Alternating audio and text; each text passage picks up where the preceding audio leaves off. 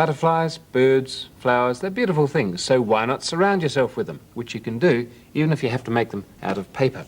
Mind you, it should be pretty stiff paper or thin card, otherwise it'll be so floppy that the mobile, and that's what you're going to make, isn't going to work.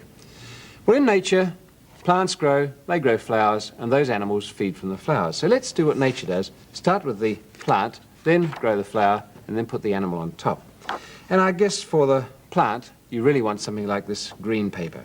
The first thing you do is to fold it over into a nice, neat fold there. Now that is the start, and you take your scissors and cut a base which really is at an angle to the fold. In fact, that should be like a spearhead or an arrowhead. It should be quite sharp.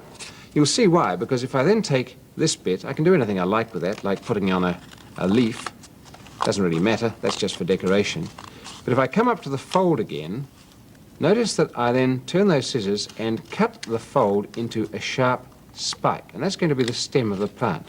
And you can see that if I then open it up, it's going to sit like that, and because of that sharp angle, the stem's going to come backwards, and that's what I want. It's very stable. It's not easily thrown over or knocked over by the wind.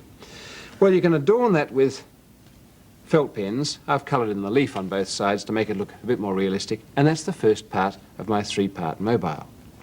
The flower, well, that's pretty easy too. You take another piece of card, fold it once, and again into quarters, and then you can really cut it however you like, but I favour the business of cutting two petals in that.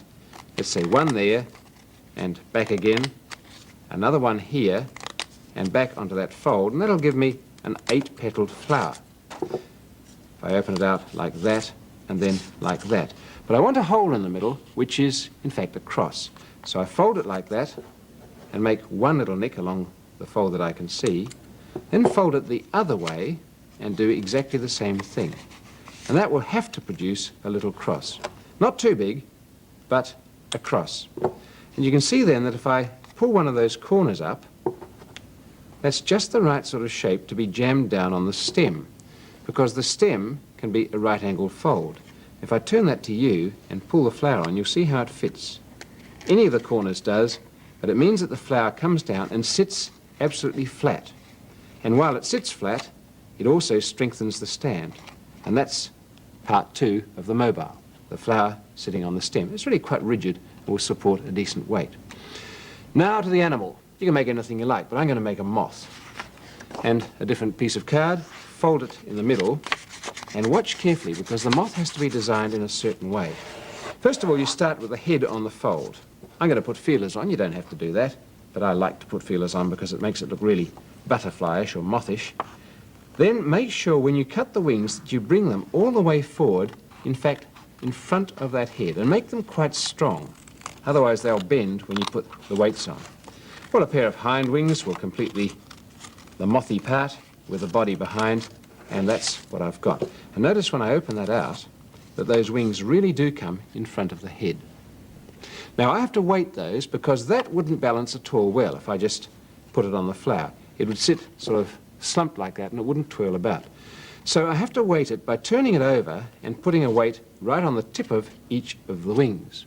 And the weight, of course, has to be evenly balanced. So what you do is to take another piece of card, preferably the same colour as your moth, fold it over, cut it down the side there and cut it again to make 2 ribbons, about twice the length of the animal that you've made and about the width of your little fingernail.